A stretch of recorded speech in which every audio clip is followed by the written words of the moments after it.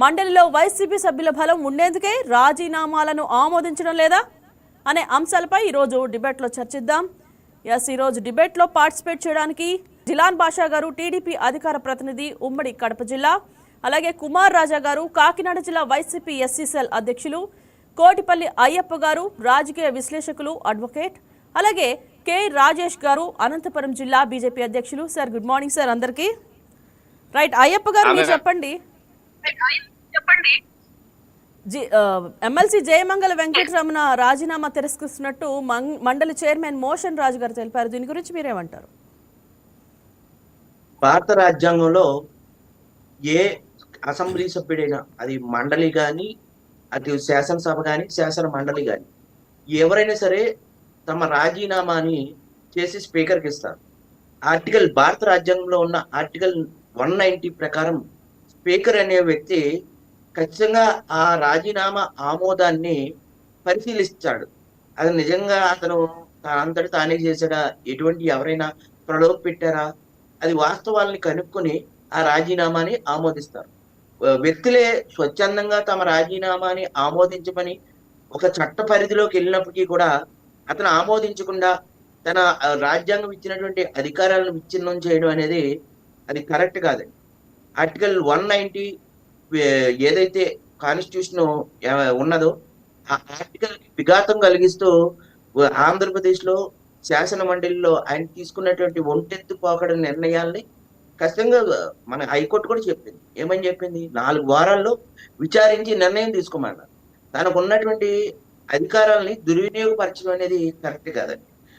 అలాగే శ్రీమద్ బాలసాహెబ్ పాటిల్ వెట్స్ కర్ణాటక, ఈ తీర్పులో అక్కడ కర్ణాటక హైకోర్టు ఏం చెప్పిందంటే, సభ్యులు తమంతట తాము రాజీనామా చేసినప్పుడు స్పీకర్ అనే వ్యక్తి ఖచ్చితంగా ఆమోదించాలి అని చెప్పారు. అలాగే మన తెలంగాణ గవర్నమెంట్ లో కూడా కొంతమంది బీఆర్ఎస్ నాయకులు కాంగ్రెస్ లోకి వెళ్ళిపోయినప్పుడు ఆ కాంగ్రెస్ లోకి వెళ్ళినటువంటి నాయకుల పట్ల అక్కడ కాంగ్రెస్ ప్రభుత్వంలో ఉన్న స్పీకరు కొంత వాటిని ఆమోదించకుండా కొన్నాళ్ళు అట్టి పెట్టడం, మరి కొన్నాళ్ళు ఈ పార్టీలో ఉండి కూడా ఈ పార్టీలకు అనుకూలంగా ఓటు వేయటం, బిల్లులకి అన్ని చేసినప్పటికీ కూడా వాళ్ళు బీఆర్ఎస్ ఎమ్మెల్యేలుగానే చూపించడం, ఇవన్నీ వీటి మీద కోర్టుకు వెళ్ళినప్పుడు వాళ్ళ సభ్యత్వాలనే రద్దు చేయమని చెప్పి డైరెక్ట్ కోర్టు తీర్పు ఇవ్వడం జరిగింది.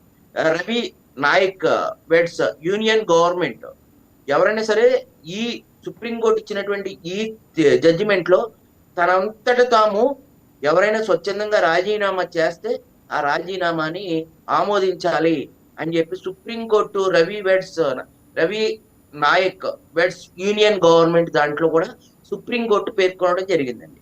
ఇట్లా మనకి హైకోర్టు, సుప్రీంకోర్టులు ఇచ్చినటువంటి డైరెక్షన్స్ ఉన్నాయి. భారత రాజ్యాంగంలో ఆర్టికల్ 190 ఉంది. ఈ ఇన్నిటికి కూడా విఘాతం కలిగిస్తూ చట్టాలకి లోబడి పని చేయకుండా స్పీకరు ఇట్లా ఒంటెత్తు పోకడలో మాట్లాడటం అనేది కరెక్ట్ కాదు.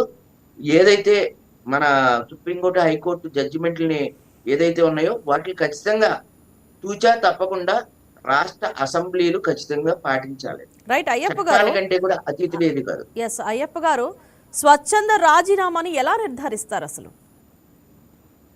ఇప్పుడు కొన్ని ఆరోగ్య కారణాల వల్ల కానీ, వాళ్ళు ఆరోగ్య సమస్యలు ఉంటే నాకు ఆరోగ్య సమస్యలు ఉన్నాయని చెప్పి దానికి సంబంధించిన కారణాలు చూపిస్తారు.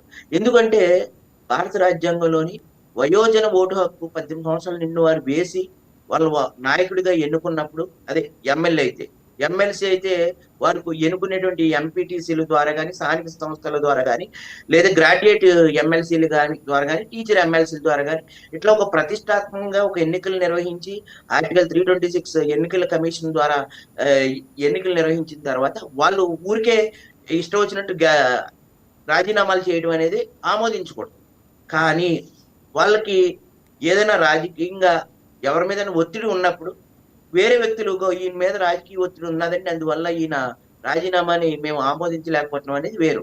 కారణం అనేది చూపించలేదండి. కారణం కూడా సరైన కారణం చూపించలేదు. ఆ అభ్యర్థి ఏం చెప్తున్నాడు, నేను రాజీనామాని ఎవరైతే రాజీనామా చేశారో ఆ వ్యక్తి యొక్క రాజీనామాని గతంలో ఇంకా చాలా మంది రాజీనామాలు కూడా చేశారండి. వాటిని కూడా ఇంతవరకు ఆమోదించకుండా ఆయన అలాగే చేతులు పెట్టుకోవడం అనేది కరెక్ట్ కాదండి. ఏదైతే ఈ రాజీనామాలను ఆమోదించకపోతే వాళ్ళు కోర్టుకు వెళ్ళారు, కోర్టుకి సరైన కారణాలు చూపించారు, 4 వారాల్లో నిర్ణయం తీసుకోమని చెప్పి కోర్టు డైరెక్షన్ కూడా ఇవ్వడం జరిగింది. మీరు అడిగారు రాజీనామాలని ఆమోదించకపోవడానికి గల కారణాలు ఏంటి?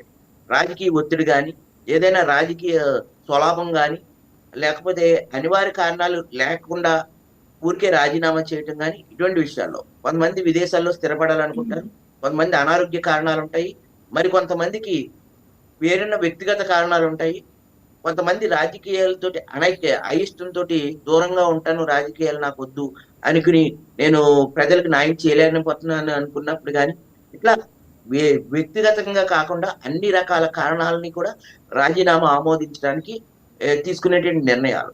కానీ ఇక్కడ రాజీనామా ఆమోదించట్లేదు అంటే అది పొలిటికల్ గా ఒక స్ట్రాటజీ అనేది మనం ఖచ్చితంగా చెప్పొచ్చు.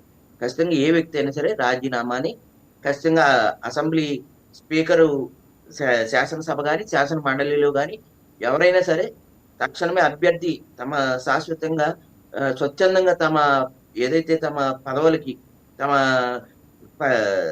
రాజీనామా ప్రకటిస్తున్నారో వాటిని ఖచ్చితంగా ఆమోదించాలి. ఆర్టికల్ 190 ప్రకారం, భారత రాజ్యాంగంలోని 190 ప్రకారం ఖచ్చితంగా ఆమోదించాలి. సుప్రీంకోర్టు, హైకోర్టులు కూడా ఇవే చెప్పేయండి. రైట్.